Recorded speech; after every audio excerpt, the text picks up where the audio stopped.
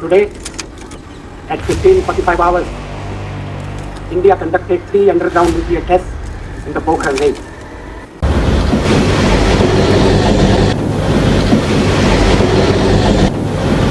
Nuclear weapon state. परीक्षण के साथ हमने ये भी ऐलान किया कि हम परमाणु हथियारों का प्रयोग करने में पहल नहीं करेंगे। 11 मई साल 1998 भारतीय परमाणु शक्ति के इतिहास का ये वो खास दिन है जिसने भारत को उन चुनिंदा शक्तिशाली देशों में शामिल कर दिया जिनका लोहा पूरी दुनिया मानती है। तो आखिर कैसे भारत बना था न्यूक्लियर पावर से संपन्न देश और क्या क्या मुश्किलों को झेलकर इस सीक्रेट ऑपरेशन को अंजाम दिया गया था, आज डिटेल में हम इसे जानेंगे। नमस्कार दोस्तों, मैं हूं विशाल सेंगर और सो सिंपल डॉक्यूमेंट्री पर आप सभी का स्वागत है। दोस्तों, वैसे तो भारत ने 1974 में ही परमाणु परीक्षण राजस्थान के पोखरण में कर लिया था, लेकिन इस परीक्षण की सबसे बड़ी खामी यह थी कि हमें अभी तक एटम बम बनाना और परमाणु बम को मिसाइल में रखकर सेट करना नहीं आया था और भारतीय वैज्ञानिक लगातार सरकार से सिफारिश कर रहे थे कि हमें एक बार और परमाणु परीक्षण करने की जरूरत है, लेकिन अमेरिकी प्रतिबंधों के डर से भारत सरकार लगातार इसे टालती रही थी। इसी क्रम में कांग्रेस पार्टी पर देश की सुरक्षा के प्रति असंवेदनशीलता बरतने के आरोप प्रत्यारोप भी उन दिनों मीडिया में छाए रहते थे। लेकिन इन सब के बीच एक समय ऐसा आया जब भारत के प्रधानमंत्री अटल बिहारी वाजपेयी जी बने और जब अटल जी ने प्रधानमंत्री पद की शपथ ग्रहण की, उसी समय उस शपथ समारोह में मौजूद निवर्तमान प्रधानमंत्री पीवी नरसिम्हा राव उनके करीब आए एवं एक हाथ से लिखी हुई चिट्ठी वाजपेयी जी को थमाते हुए कहा कि इसे अकेले में पढ़िएगा और उस पर्ची में लिखा था, एन पर कलाम से जल्द बात करें। अगले ही दिन वाजपेयी जी ने डॉक्टर कलाम से मुलाकात की, जिसमें एन का मतलब न्यूक्लियर परीक्षण से था। डॉक्टर कलाम ने पीएम अटल बिहारी वाजपेयी जी को परमाणु परीक्षण के बारे में विस्तार से बताया और यह भी बताया कि वह और उनके साथी कितने लंबे समय से इस मिशन के लिए एफर्ट लगा रहे हैं। दोस्तों, उस समय वैसे तो हमारी संप्रभुता पर कोई भी खतरा नहीं था, मगर आपको बता दें कि हमारे पड़ोसी देश चाइना पर उस समय परमाणु शक्ति थी, जिससे कहीं ना कहीं भारत देश आत्मरक्षा में कमी महसूस कर रहा था। इस तरह दोस्तों, भारत को परमाणु संपन्न बनाने वाले ऑपरेशन शक्ति की कहानी 20 मार्च 1998 को शुरू होती है और इस परमाणु परीक्षण के लिए फिर से राजस्थान के जैसलमेर का एक रेतीला रेगिस्तानी क्षेत्र पोखरण ही चुना गया था। यह वही पोखरण था जिसमें 1974 में पहला परीक्षण हुआ था। दोस्तों, यहाँ एक बात है जो गौर करने वाली है कि आखिर पोखरण ही परीक्षण के लिए क्यों चुना गया, जबकि अमेरिका पहले से जानता था कि भारत अपना परीक्षण सिर्फ और सिर्फ पोखरण में ही कर सकता है। फिर भी अमेरिका से छुपते छुपाते इस जगह परीक्षण आखिर कैसे संभव हो सकता था। तो दोस्तों, ये परीक्षण करने की एकमात्र वजह थी पोखरण की रेतीली मिट्टी, जो सूखी थी और इसमें रेडियो एक्टिव किरणें ज़्यादा दूर तक फैलने का खतरा बहुत कम था। इसकी जगह यदि ऐसी मिट्टी चुनी जाती जिसमें पानी की मात्रा अधिक होती तो रेडियो एक्टिव कण पूरे क्षेत्र में फैल सकते थे और लोगों को अपाहिज बना सकते थे, जिसका उदाहरण पूरी दुनिया जापान में देख चुकी थी। ऐसे में हमारे पास सिर्फ एक ही विकल्प था, राजस्थान का पोखरण क्षेत्र।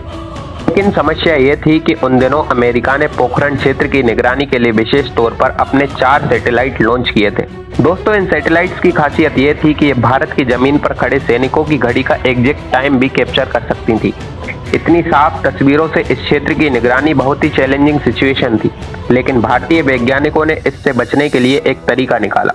ये वैज्ञानिक थे doctor APJ Abdul Kalam, Anil Kakodkar, R Chidambaram एवं अन्य 100+ साइंटिस्ट। इन भारतीय वैज्ञानिकों ने सैटेलाइट की रेंज से बचने के लिए कुछ दिनों तक आर्मी की वर्दी पहनना शुरू कर दिया और ये ऐलान कराया कि भारतीय सेना एक बहुत बड़ा सैन्य अभ्यास करने जा रही है। ये खबर अखबारों में छपी, इससे अमेरिका की खुफिया एजेंसी CIA को भी कोई भी शक नहीं हुआ। इसी दौरान भारतीय सेना के 58 इंजीनियरिंग रेजिमेंट से लेकर वैज्ञानिकों को कोड नेम भी दिए गए थे, जिसमें डॉक्टर एपीजे अब्दुल कलाम को जनरल पृथ्वीराज नाम दिया गया था।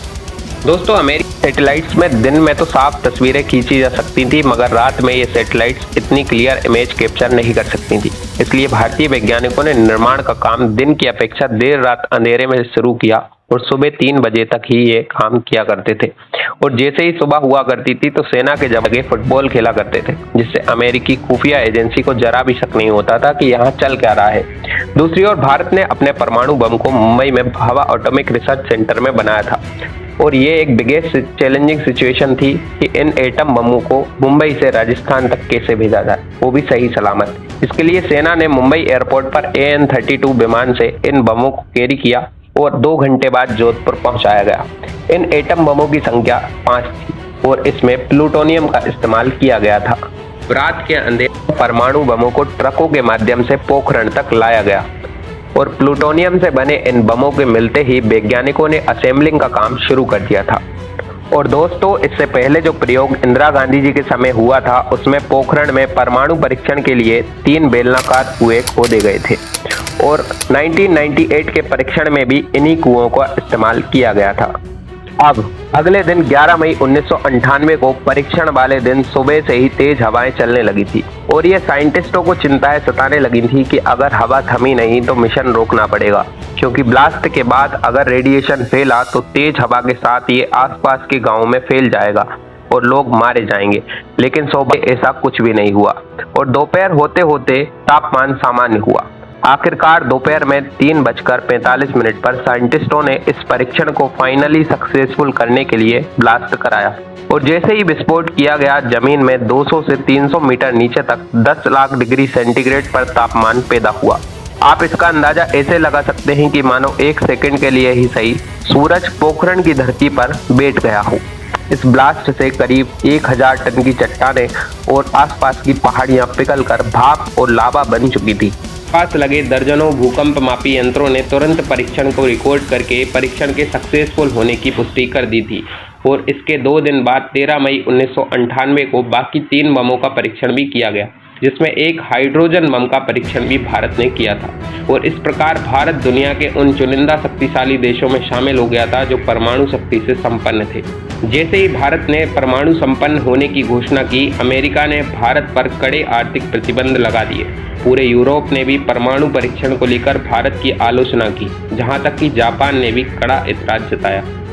इसी क्रम में अटल बिहारी वाजपेयी संसद में जवाब देने उतरे। उन्होंने दुनिया को साफ संदेश दिया कि ये भारत बदला हुआ भारत है, दुनिया से आंख मिलाकर और हाथ मिलाकर चलना चाहता है। किसी के प्रतिबंध से हम नहीं झुकेंगे। भारत शांति और सुरक्षा के लिए परमाणु हथियारों का इस्तेमाल करता रहेगा।